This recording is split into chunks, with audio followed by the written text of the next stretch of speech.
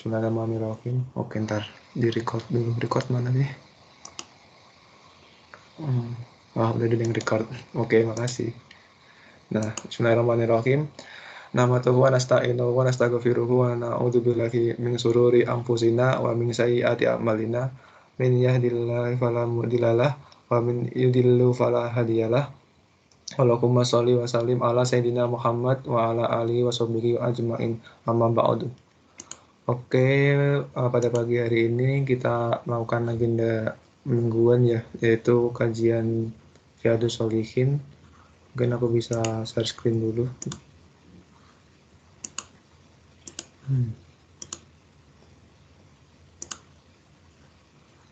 Nah, udah kelihatan belum?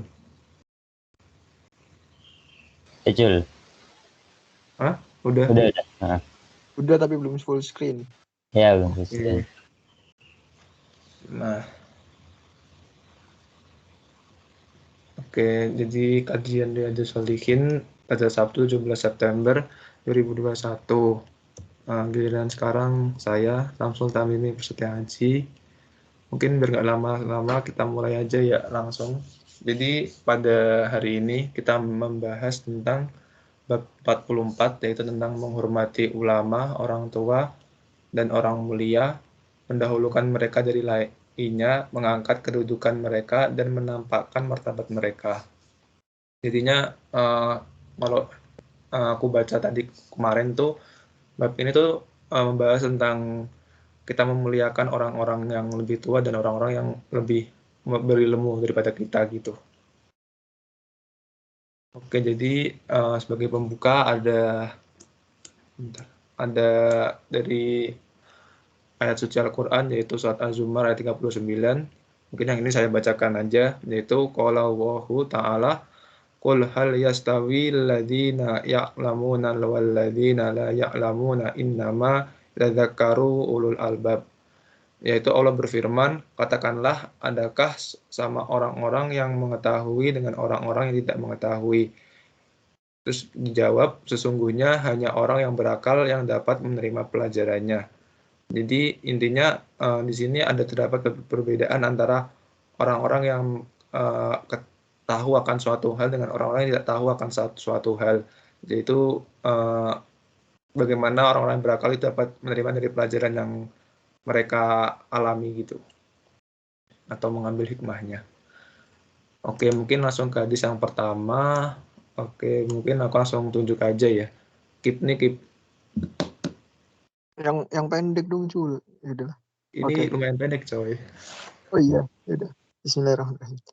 Wa Nabi Mas'ud Uqbah ibni Amr al-Badri al-Ansari qala Rasulullah sallallahu alaihi wasallam, ya umul qauma aqra'ukuhum li kitabillah fa in kanu fil qira'ah sawa'a fa'lamuhum bis sunnah fa in kanu fis sunnati sawa'a wa qaddamuhum hijratan fa in kanu fil hijrati sawa'an fa qaddamuhu sinna wala yu'minna ar-rajula fi sultanihi wala yaq'ud fi baitihi ala takrimatihi illa biizni.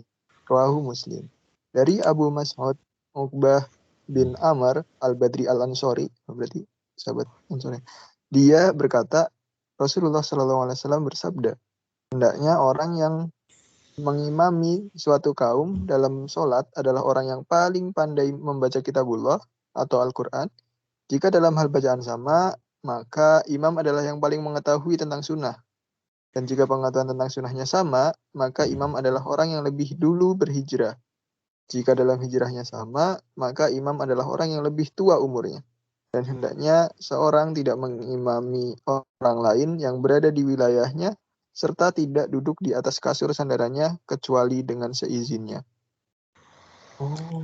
Oke. Jadi hadis ini tuh kurang lebih membahas tentang apa ya?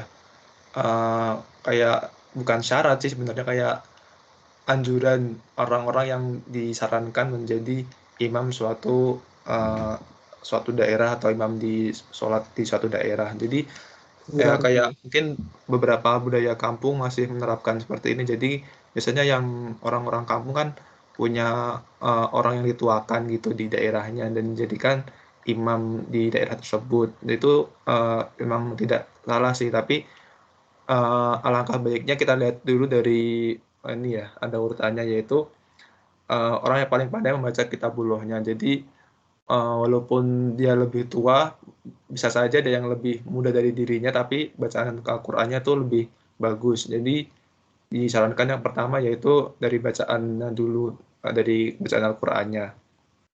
Nah, baru tentang mengetahui sunnahnya, baru setelah itu tentang umur dia atau yang berduluan hijrah atau masuk Islam terlebih dahulu. Nah, jadi seperti itu. Jadi ya kita sebenarnya di Indonesia itu juga nggak salah kayak kita mendahulukan orang-orang yang lebih tua untuk menjadi imam. Ya karena kita sebenarnya tidak terlalu mengetahui ya kadar dari bacaan orang-orang yang ada di daerah tersebut. Jadi kan nggak mungkin juga kita tes satu-satu gitu kan orang-orangnya. Tapi ya mungkin saja kan ada pengalaman, jadi kayak misalnya ada orang yang pernah mengimami terus bacaannya lebih bagus, ya bisa saja jadi imamnya di daerah tersebut gitu sih. Oke, mungkin ada selanjutnya ini ya Hanzis. Oke. Bismillah.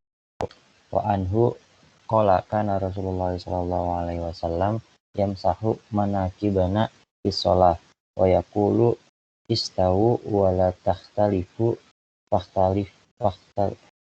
fattakhtalifa qulubukum liyalini minkum ulul ahlam wan nuha thumma alladzina yalunahum thumma alladzina yalunahum, rawahu Muslim.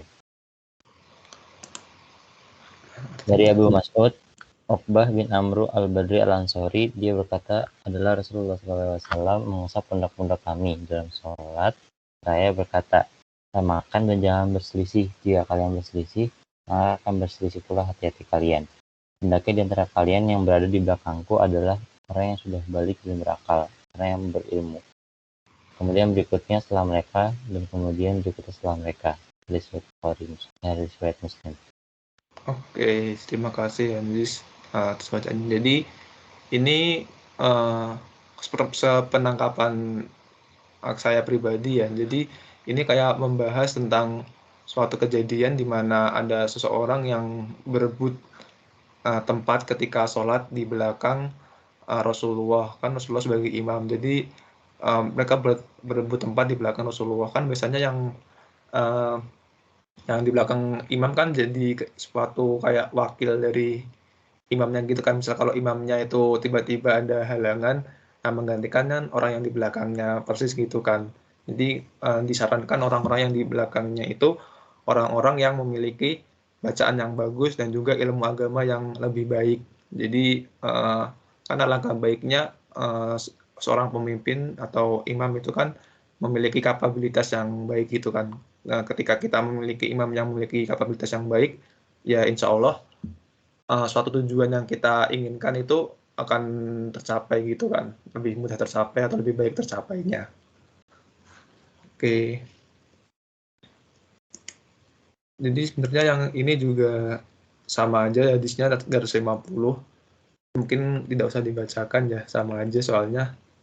Jadi kan ini kan artinya yaitu hendaklah di antara kalian yang berada di belakangku adalah orang yang balik dan berakal, orang yang berilmu penting, kemudian yang berikutnya setelah mereka. Nah, jadi 3 kali kayak tadi yang dibacakan di hadis sebelumnya, yaitu berikutnya, dan janganlah kalian ribut seperti di pasar. Jadi kalau di sini mungkin bedanya ada ini ya, dan janganlah kalian ribut seperti di pasar. Jadi apa ya, sebaiknya orang-orang yang berilmu itu dengan merebutkan suatu hal yang kita anggap itu apa ya, gimana ya, misalnya orang-orang berilmu itu tidak suka memperebutkan sesuatu hal. Mereka cenderung apa ya, ketika dia mendapatkan suatu amanat ya dia akan menerimanya ketika dia merasa mampu gitu sih. Mungkin nanti bisa dibahas lagi kenapa hadisnya ini double, saya juga kurang tahu di kitab Riyadhus Shalihinnya. Oke, mungkin hadis selanjutnya ini cukup panjang. Kita bacakan artinya saja. Ada Ziyad tidak? Atau Fadlan? Oh, Ziyad. Silakan, Ziyad. Dari Abu Yahya dan ada yang menyebutnya Abu Muhammad Sahal bin Abi Hasmah Al-Ansori. Dia berkata, Abdullah bin Sahal dan Muhayyisah bin Mas'ud berangkat ke Khaybar. Pada saat ada perjanjian damai antara kaum muslimin dengan kaum Yahudi Khaybar, kemudian keduanya berpisah. Muhayyisah kemudian mendatangi Abdullah bin Sahal, namun dia telah berlumuran darah dan terbunuh. Maka dia segera menguburkannya dan kembali menuju Madinah. Kemudian Abdurrahman bin Sahal, Muhayyisah bin Mas'ud dan Huwayyisah bin Mas'ud mendatangi Nabi. Dan Abdurrahman yang berbicara kepada beliau, maka beliau bersabda, yang lebih tua. Karena Abdurrahman yang paling muda, maka dia pun diam dan dua orang yang bersamanya berbicara. Beliau, Rasulullah SAW bersabda, apakah kalian mau bersumpah sehingga berhak mendapatkan pembunuh saudara kalian? Perawi Abu Yahya lalu menyebutkan hadis ini dengan sempurna, muttafaqun alaih. Nah, jadi seperti yang kalian baca di sini ya. Jadi ini kayak suatu kejadian yang dimana ada perjanjian di Khaybar. Nah, di perjanjian situ ada wakilnya, yaitu di sini ada Abdullah bin Sahal dan Muhayyis bin Mas'ud berangkat ke Khaybar. Nah, pada suatu kejadian ternyata salah satunya yaitu Abdullah bin Sahal itu mati terbunuh dalam suatu perjanjian. Nah, yang mengetahui itu ada 3 orang yang di sini, Abdurrahman bin Sahal, Muhayyis bin Mas'ud, dan Huwais bin Mas'ud. Nah, ketika yang paling muda kan itu si Abdullah bin Sahal ini ya. Nah, Abdullah bin Sahal paling muda. Nah, di sini Rasulullah mengutamakan orang-orang yang lebih tua, yaitu selain Abdullah bin Sahal ini. Karena mengapa? Karena biasanya orang-orang yang lebih tua itu lebih memiliki kebijaksanaan dalam mengambil keputusan ya, daripada orang-orang yang lebih muda. Jadinya dalam suatu kesaksian seperti ini, alangkah baiknya ketika orang yang lebih tua itu diberikan kesempatan berbicara terlebih dahulu. Dan itu kayak juga menghormati juga ya yang lebih tua, karena ketika kita memiliki orang yang lebih tua di sekitar kita, yang ada di sekitar kita gitu kan, biasanya kita mendahulukan beliau untuk berbicara terlebih dahulu, baru kita untuk menjawabnya. Dan kita juga dianjurkan juga kan, kayak kita nggak dianjurkan untuk memotong suatu pembicaraan dari orang yang lebih tua, seperti itu. Oke, mungkin nanti selanjutnya Fadlan ya yang belum. Halo Fadlan. Bismillah.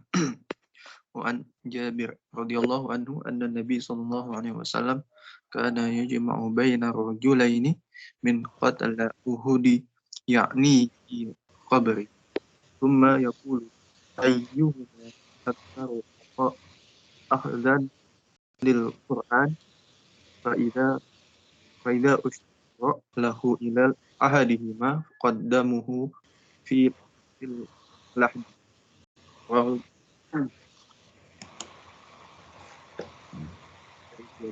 Nabi SAW mengumpulkan 2 orang yang terbunuh pada perang Uhud dalam suatu liang kubur. Kemudian beliau bersabda, mana yang lebih banyak hafalan Al-Qur'annya? Jika ditunjukkan kepada salah satu dari keduanya, maka beliau mendahulukannya untuk dimasukkan dalam liang lahat. Hadis riwayat. Oke, terima kasih Fadlan atas bacaannya. Jadi ini juga salah satu bentuk penghormatan kepada orang yang lebih tua ya. Ya, jadi orang yang lebih tua dalam suatu kejadian yang perang Uhud, atau orang yang lebih berilmu, atau berilmu di sini dimaksudkan itu sebagai orang yang memiliki hafalan Al-Qur'annya lebih banyak. Jadi yang lebih banyak bacaan Al-Qur'annya di sini didahulukan untuk dimasukkan ke liang lahat. Tapi apa ya? Kalau setahu saya kayak budaya yang lain yang lebih jabatannya lebih tinggi, kuburannya di paling atas nggak sih? Atau kebalik? Tapi ntar kita bahas nanti. Kayaknya yang kebalik saja deh. Nah, jadi seperti itu, kayak mendahulukan orang-orang yang memiliki ilmu atau kapabilitas lebih tinggi untuk dimakamkan terlebih dahulu. Jadi seperti itu, salah satu adab dalam mengubur atau menguburkan seseorang ketika ada apa ya, lebih dari satu orang yang dikuburkan. Oke, mungkin Reka mau membacain atau gimana? Bismillahirrahmanirrahim. Wa an ibni Umar radhiyallahu anhu anna nabiyya sallallahu alaihi wasallam qala aradil manami atasawwaku bisiwakin faja'ani rajulani ahaduhuma akbaru minal akhari fanawaltu as-siwaka al-asghara faqila li kabir fadafa'tuhu ila al-akbari minhuma rawahu Muslim musnadan wal Bukhari ta'liqan. Dari Ibnu Umar, sesungguhnya Nabi Shallallahu Alaihi Wasallam bersabda, saya mimpi ketika tidur bersiwak dengan siwak. Kemudian ada dua orang yang mendatangiku, salah satunya lebih tua dari yang lain. Maka aku serahkan siwak tersebut kepada yang lebih muda. Maka dikatakan kepadaku, yang lebih tua. Maka kemudian aku menyerahkan siwak kepada yang lebih tua di antara keduanya. Hadis riwayat Muslim secara bersanad dan Al-Bukhari secara mu'allaq tanpa menyebutkan sanad. Oke, terima kasih Kang Reka ya atas mau membacanya. Jadi sama seperti hadis-hadis sebelumnya, ya di sini ada suatu kejadian ketika Rasulullah itu bermimpi ya. Dia bermimpi, kemudian dia sedang bersiwak dan ada dua orang yang mendatanginya. Nah, ketika beliau menyerahkan siwaknya yang lebih muda, maka ada suatu perintah untuk yang menyuruhnya menyerahkannya ke yang lebih tua. Jadi pelajaran yang di sini kita kayak mendahulukan orang-orang yang lebih tua untuk diberikan kesempatan terlebih dahulu. Jadi seperti itu sih kurang lebih. Jadi menghormati atau memberi kesempatan orang yang lebih tua untuk mengambil kesempatan itu terlebih dahulu. Oke. Mungkin udah semua ya. Jadi balik lagi ke Kipni. Atau ada orang baru lagi? Akhir. Wah, ya udah. Ada akhir. Gak apa-apa lah, orang lah pendek. Ya udah. Iya. Seneng An banget. Abi Musa sallallahu anhu qala Rasulullah sallallahu alaihi wasallam inna min ijlalillahi ta'ala ikramati syaibatil muslim wa hamilil qur'ani ghairi ghalifi wajafihi anhu wa ikramati sultanil muqsid. Hadis Hasan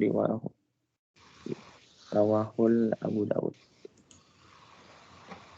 Dari Abu Musa dia berkata Rasulullah SAW bersabda, sesungguhnya di antara wujud mengagungkan Allah adalah memuliakan orang muslim yang sudah beruban, menghafal Al-Quran yang tidak berlebih-lebihan dan tidak melalaikannya, dan memuliakan penguasa yang adil.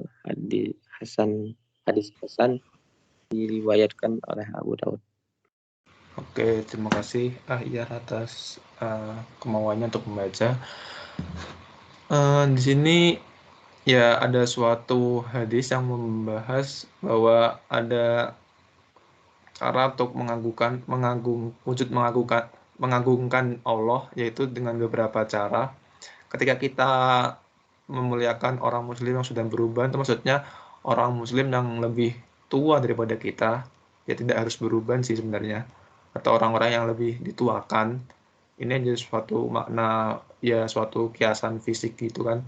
Kemudian yang selanjutnya yaitu penghafal Al-Quran yang tidak berlebih-lebihan dan tidak melalaikannya. Maksudnya bukan orang-orang yang menghafalnya tuh kayak berlebihan tuh, maksudnya ya banyak hafalannya, tapi ya orang-orang yang tidak terlalu memamerkan hafalan Al-Qur'annya gitu maksudnya.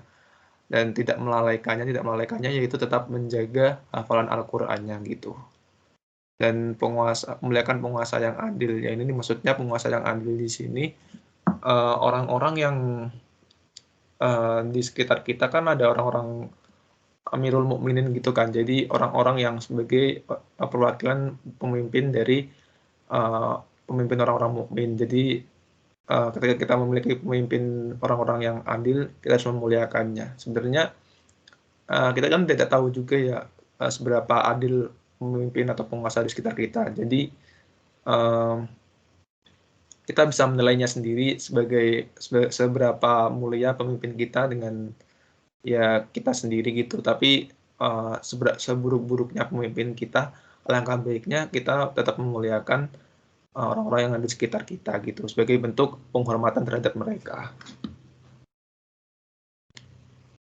Oke, mungkin di selanjutnya Kip nih ya, Kip, atau ada yang baru lagi? Kip. Zoom. Oh, ada Zoom. Sorry, orang di jalan cuy.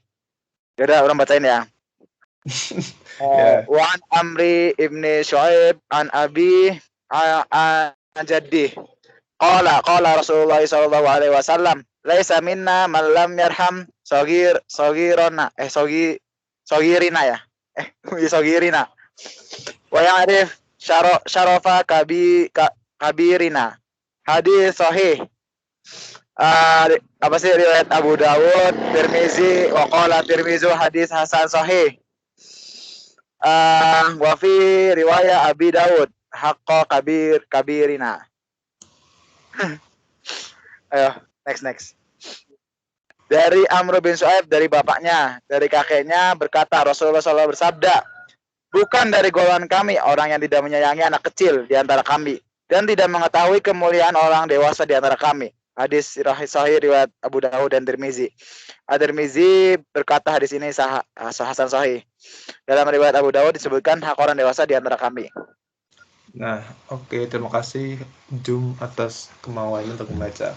Jadi ini ya sama seperti yang tadi sebelumnya, kurang lebih bukan dari golongan kami orang yang tidak menyayangi anak-anak kecil dan di antara kami dan tidak mengetahui kemuliaan orang-orang dewasa di antara kami.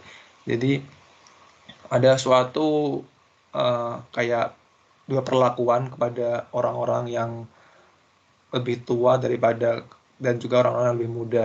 Ketika kita menjadi orang-orang yang lebih muda, kita terus saling menyayangi mereka kepada orang-orang yang lebih muda, dan berbeda kepada orang-orang yang lebih tua atau dewasa, alangkah baiknya kita lebih menghormati orang-orang yang lebih dewasa di sini. Maksudnya seperti itu.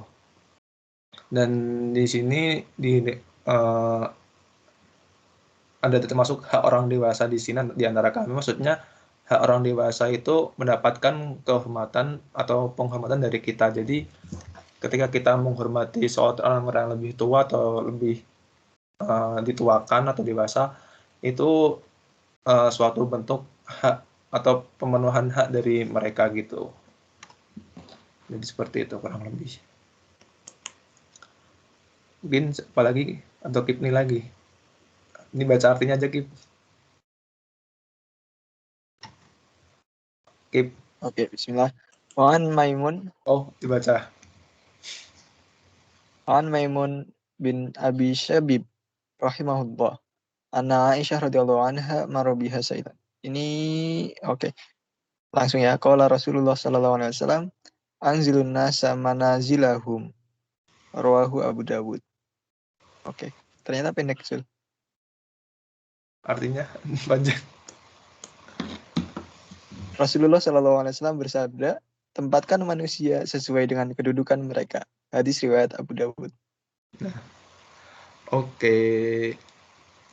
Di sini ya artinya karena ini ada suatu kejadian ya di mana Aisyah ini bertemu suatu pengemis dan dia memberinya sepotong roti. Nah, kemudian ada juga nih orang yang mengenakan pakaian bagus, kemudian kalau dia disuruh duduk dan masuk gitu dan diberi makan. Nah, maksud dari hadis ini tuh kenapa tempatkan manusia sesuai dengan kedudukan mereka? Artinya, ketika kita maksud di sini ketika kita memiliki orang yang berilmu atau orang lebih tua atau orang yang dituakan gitu, tempatkan mereka di kedudukan yang kita sebagai orang yang dihormati gitu. Jadi, berarti kita menghormati orang yang lebih tua daripada kita, bukan menempatkan mereka di tempat yang bukan selayaknya mereka ditempatkan gitu. Jadi tapi di sini juga kan ada orang juga yang memakai pakaian bagus. Di sini aku juga mengambil pelajaran bahwasanya ketika kita memakai pakaian, alangkah baiknya kita juga menyesuaikan suatu keadaan atau suatu acara pada suatu acara tersebut kan. Kan nggak mungkin juga kita di acara pesta di hotel gitu atau acara kajian di hotel gitu menggunakan baju pantai gitu atau menggunakan kaos gitu kan tidak alangkah tidak elok kita menggunakan kaos atau baju yang tidak sopan ketika melakukan kajian di masjid atau di hotel gitu kan. Jadi tempatkan diri kita sesuai dengan porsinya gitu. Ya, ketika kita ingin dihormatin, maka kita juga harus menghormatin diri kita sendiri dengan cara bagaimana memposisikan diri kita terhadap lingkungan yang ada di sekitar kita gitu. Oke. Ini mungkin cukup panjang ya hadisnya. Mungkin selanjutnya baca ayatnya aja, artinya aja. Anjis. Oke. Bismillah, dari Ibnu Abbas, dia berkata, Uyainah bin Hisn datang ke Madinah, kemudian singgah di rumah anak saudaranya, keponakannya. Al-Hur bin Qais, dia termasuk dari kalangan orang-orang yang dekat dengan Umar, dan memang para qurra, penghafal Al-Quran, merupakan anggota majelis permusyawaratan Umar, baik yang sudah tua maupun yang masih muda. Maka Uyainah berkata kepada anak saudaranya, atau keponakannya, wahai anak saudaraku, sesungguhnya kamu mempunyai kedudukan di hadapan Amirul Mukminin ini. Maka mintakanlah izin agar aku dapat menghadapnya. Maka ia memintakan izin kepadanya dan Umar pun mengizinkannya. Ketika sudah masuk Uyainah berkata, wahai Ibnu Al-Khattab, demi Allah sesungguhnya kamu tidak banyak memberi kepada kami. Kamu menghukumi kami tidak dengan keadilan. Maka marahlah Umar, hingga ia hendak memberi hukuman kepadanya. Maka Al-Hur berkata kepadanya, wahai Amirul Mukminin, sesungguhnya Allah berfirman kepada nabinya, jadilah engkau pemaaf dan suruhlah orang mengerjakan yang ma'ruf, serta berpalinglah daripada orang-orang yang bodoh. Quran Surah Al-A'raf ayat 199. Sesungguhnya dia termasuk orang-orang yang bodoh. Demi Allah, ketika dibacakan ayat kepadanya, Umar tidak melampauinya atau melanggarnya. Dia berhenti taat kepada kitabullah. Hadis riwayat Bukhari. Terima kasih Anjis atas bacaannya. Jadi ini kayak suatu kejadian gitu ya. Nah, ini Al-Hur bin Qais, dia sebagai orang yang penghafal Al-Quran yang cukup dekat dengan Umar atau qurra penghafal Al-Quran, merupakan anggota majelis musyawaratan Umar.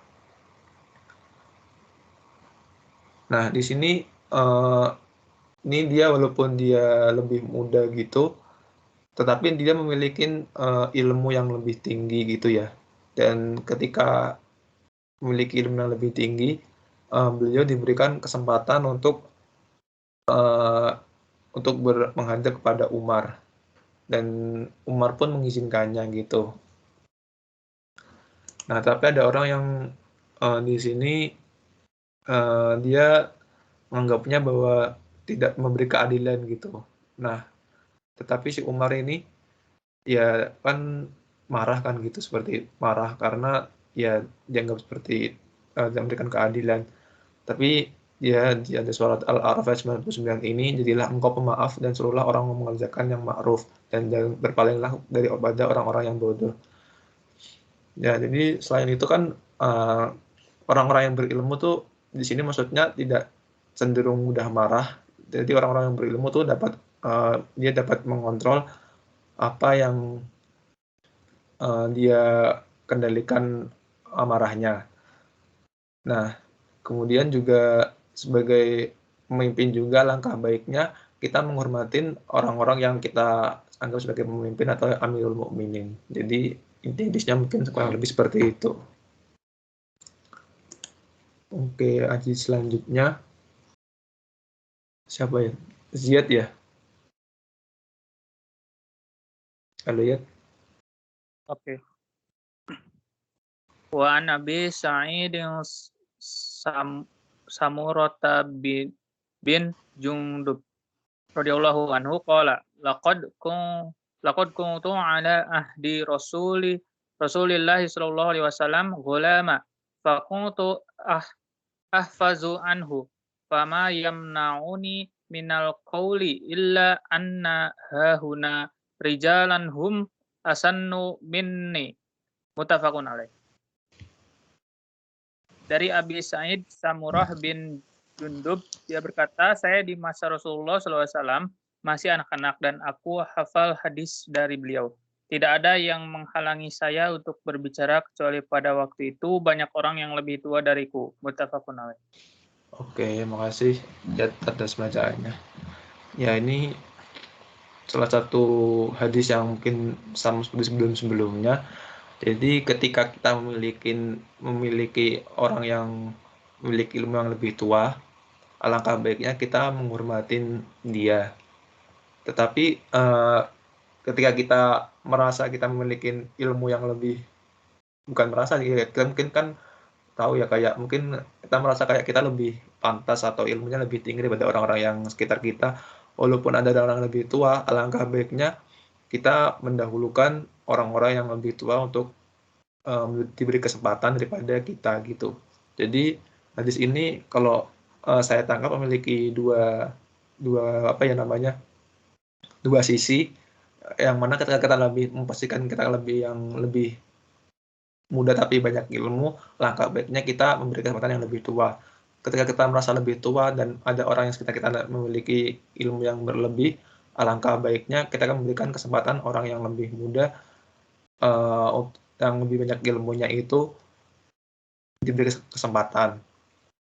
Tapi alangkah baiknya kita juga sebagai orang yang lebih tua ya belajar banyak-banyak hal agar orang yang lebih tua ini dapat dihormatin dan juga dianggap sebagai orang yang memiliki ilmu lebih dan diajarkan kepada orang-orang yang lebih muda nantinya.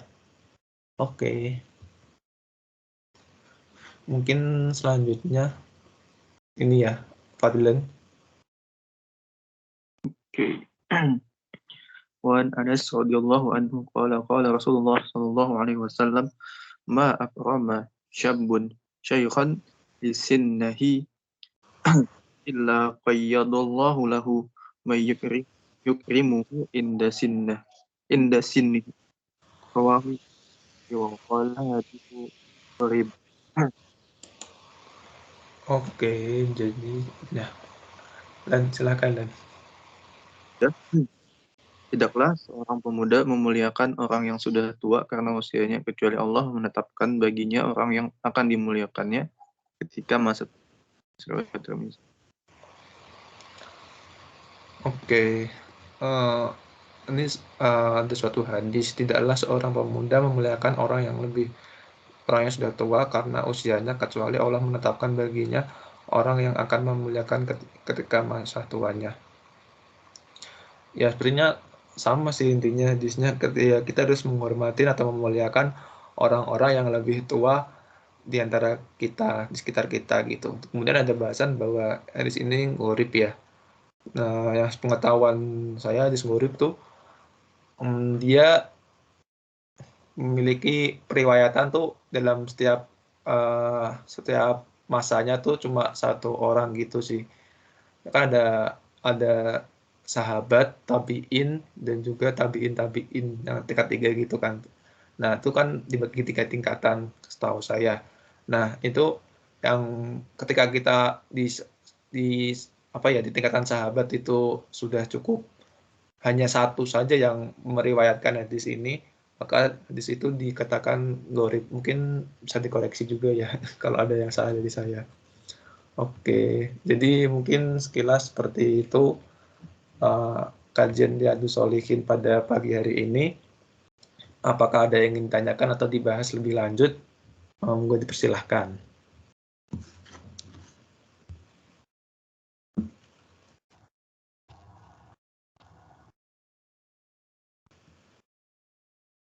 Syamsul izin tanya. Ya kan mereka enggak. Bismillah, yang terkait tadi itu yang hadis Umar bin Khattab bareng Uyainah sama Al-Hur. Oh, yang ini ya. Nah, ini ya. Nah, izin tanya itu sebetulnya kalimat terakhir di ujung hadisnya, dia berhenti pada kitabullah itu maksudnya apa ya? Atau berhenti taat atau berhenti pada kitabullah atau dia taat pada kitabullah atau gimana ya? Oh, oke. Makasih Kang Reka atas pertanyaannya. Mungkin saya baca dulu ya. Demi Allah, ketika dibacakan ayat kepadanya, Umar tidak melampauinya atau melanggarnya. Ia berhenti. Nah, kalau mungkin ini kayak kurang titik koma ya. Mungkin dia tuh berhenti untuk marah, Kang Reka berhenti untuk marah dan dia taat kepada kitabullah. Seperti itu sih kalau saya tahunya, menangkapnya. Bener nggak Kang Reka? Atau Kang Reka mungkin punya komentar yang lain? Nggak tahu, saya nggak tahu. Paling baca hadis bahasa Arabnya. Oh, di hadis bahasa Arabnya juga ada sih Kang ini.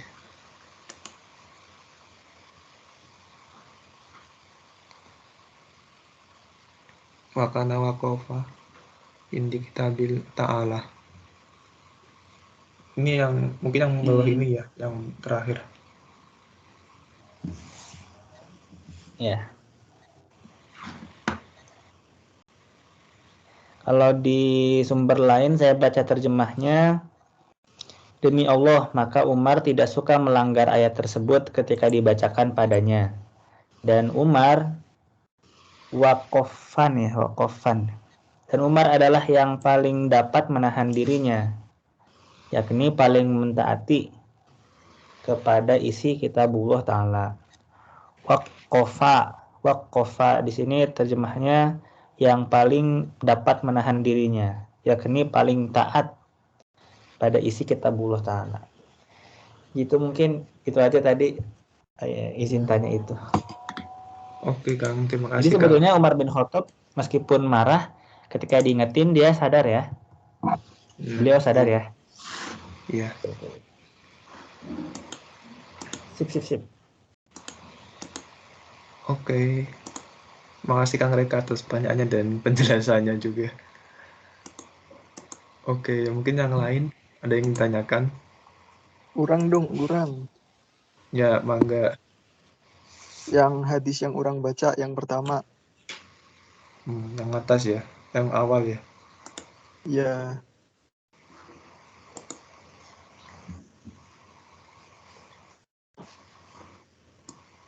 Ya, jangan Arabnya, Sul. Dah. Nah, tuh. Dan hendaknya seseorang tidak mengimami orang lain yang berada di wilayahnya, serta tidak duduk di atas kasur sendaranya kecuali dengan seisinya. Ini agak lainan, agak beda sama budaya di Indonesia nggak sih? Biasanya kalau ada ustadz dari luar, misal tamu lah, yang dipersilahkan jadi imam tamunya, iya nggak sih? Oke, makasih Kip atas pertanyaannya. Ya itu mungkin tamu kan itu jatuhnya kayak orang yang diundang kan, orang yang berilmu atau dianggap memiliki ilmu lebih dan dia diberi kesempatan untuk mengimami suatu kaum dan ya seperti itu kan. Tapi berbeda kasus kalau ada seorang pendatang yang baru datang dan di daerah tersebut dia datang sebenarnya di imam gitu kan, itu alangkah tidak eloknya jika kita seperti itu. Kecuali kalau kita emang datang terus kemudian diberi kesempatan untuk orang lain menjadi imam, nah itu baru boleh gitu. Jadi ini kan ada sultani kan di sini artinya buku yang saya baca tadi kemarin tuh ada penjelasannya sultan itu kayak daerah kekuasaannya tuh maksudnya ya daerah yang mungkin sudah lama tempat orang-orang itu menetap, mungkin ya penguasa di situ atau mungkin yang dituakan di situ gitu kan. Jadi yang sultan itu ada kekuasaan itu tidak harus mungkin presiden atau raja, nggak harus seperti itu. Terus takrimati ini juga tadi ya penjelasannya di sini kasur sandaran ya. Jadi kasur sandarannya yaitu ya mungkin emang tempatnya di situ, kayak emang dia udah sering imamin di situ atau jadi imam di situ di masjid tersebut. Ya alangkah baiknya yang ya dia jadi imam di sana gitu, karena udah jadi kebiasaan di sana gitu. Kecuali kalau memang ada suatu ustadz atau yang diundang gitu kan, emang dia diundang karena ada suatu hal keperluan lain dan dia dianggap memiliki ilmu yang lebih. Nah, ketika dianggap ilmu yang lebih kan mungkin mereka lebih dihormatin gitu ya, jadi jatuhnya. Jadi diberikan kesempatan untuk orang yang tamunya ini untuk diberi kesempatan untuk jadi imam gitu. Gitu sih, Kip. Oke, berarti konteksnya itu ini mencegah orang-orang jangan jangan Ngasal gitu lah. jangan Ya. ngasal ngimamin suatu tempat gitu ya. Sip. Kecuali kalau emang ya udah waktunya sholat tapi nggak ada imam, ya itu mungkin kepaksa sih. Tapi kalau emang ada orang yang daerah tersebut, ya langkah baiknya kita mempersilahkan orang yang emang asli orang di sana untuk jadi imam sih. Kecuali kalau kita emang dipersilahkan gitu sih. Oke, nuhun Jul. Oke, makasih Kipnya atas pertanyaannya juga. Mau ada yang ingin tanyakan lain selain ini dari teman-teman? Jul.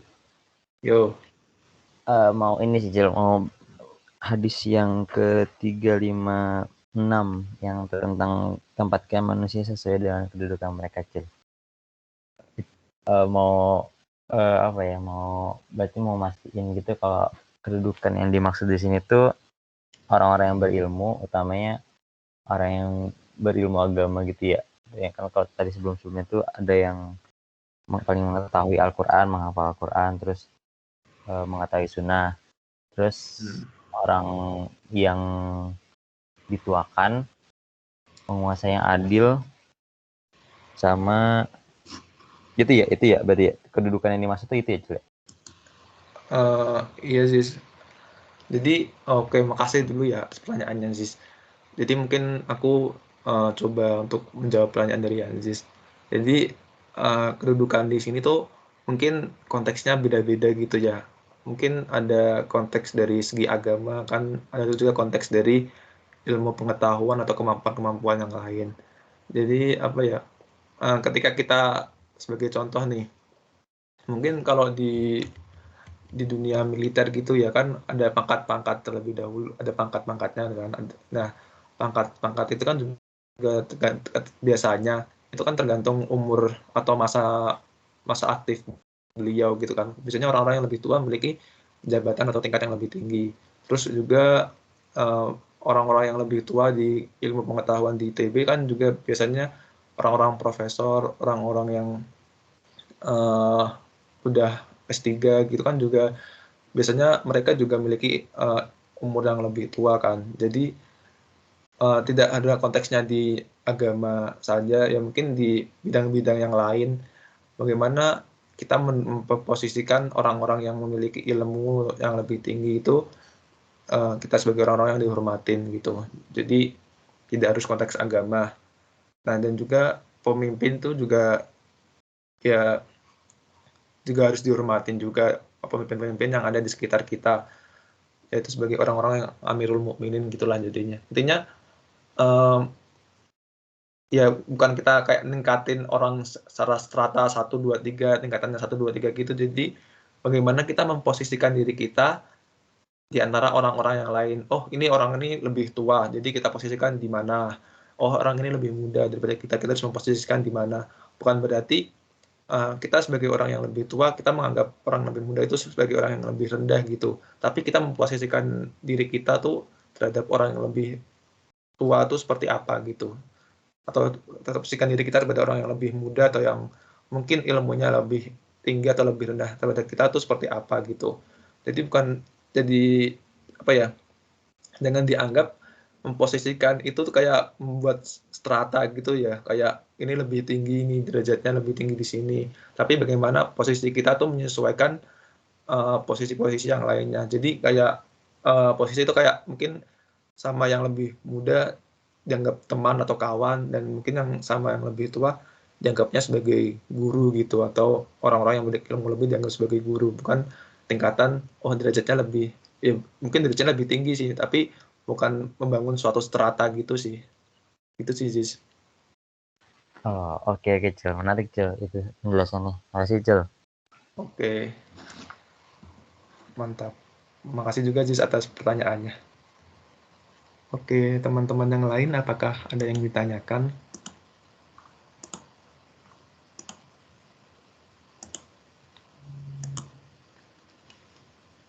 Tapi udah cukup pagi juga ya, sudah 6.15. Apakah dicukupkan saja, teman-teman? Jika iya, bilang iya. Cukup. Oke. Cukup. Terima kasih. Ntar saya stop share screen dulu. Nah, oke. Terima kasih teman-teman atas kesempatannya mau menghadirin kajian Riyadhus Shalihin pada pagi hari ini bersama saya, Samsul. Mungkin dari penjelasan saya banyak juga kesalahan-kesalahan, saya mohon maaf, dan terima kasih juga teman-teman atas yang ketika mereka juga yang membantu penjelasan mengenai suatu hadis, dan juga teman-teman yang cukup aktif bertanya ya di pagi hari ini. Mungkin sebagai penutup kita tutup dengan doa tafalatul majelis. Subhanakallahumma bihamdika asyhadu an la ilaha illa anta astaghfiruka wa atubu ilaik. Dan istighfar sebanyak-banyaknya. Astagfirullahaladzim. Oke, terakhir aku mohon maaf. Wabillahi taufiq wal hidayah. Wassalamualaikum warahmatullahi wabarakatuh. Oke, terima kasih. Waalaikumsalam. Wabarakatuh. Atur nuhun, Cul.